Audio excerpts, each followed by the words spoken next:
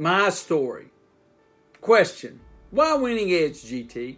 Well, my mission in life is to build hope and courage into the hearts and spirits of others so they can become the very best version of themselves because they want to, not because someone else wants them to.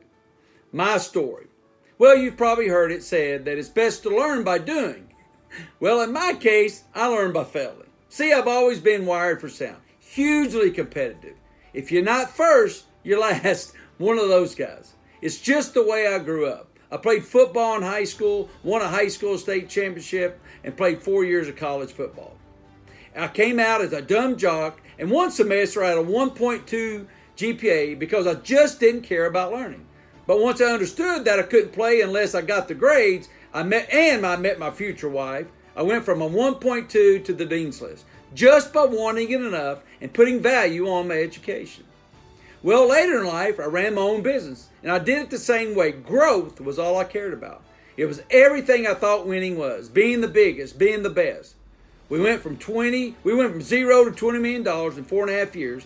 That's fast. But I went from 20 million back to zero a hell of a lot faster. What happened? Well, I refused to listen to advice. I refused to listen to the people around me. Some of the very people I'd hired to help me on my journey. And I got my butt handed to me. It got to the point where I locked myself in my office, crawled under my desk, and I just cried. I got beat. But I was lucky. Why was you lucky? Well, my parents would always say, don't let an experience go by without learning something from it. So instead of laying down to die, I took another step, several of them. The first step was to look in the mirror and own it. Own my mistake. I didn't have anyone else to point a finger at. I was the guy. Next step was to use it as a teachable moment for others, namely Trey and Trent, my boys. With every check I wrote to pay off the debt, I told them that money was going away because I didn't take care of my responsibilities, regardless if it is good or bad for us. I wanted them to understand that there are consequences to bad choices, but also it's not the end of the game.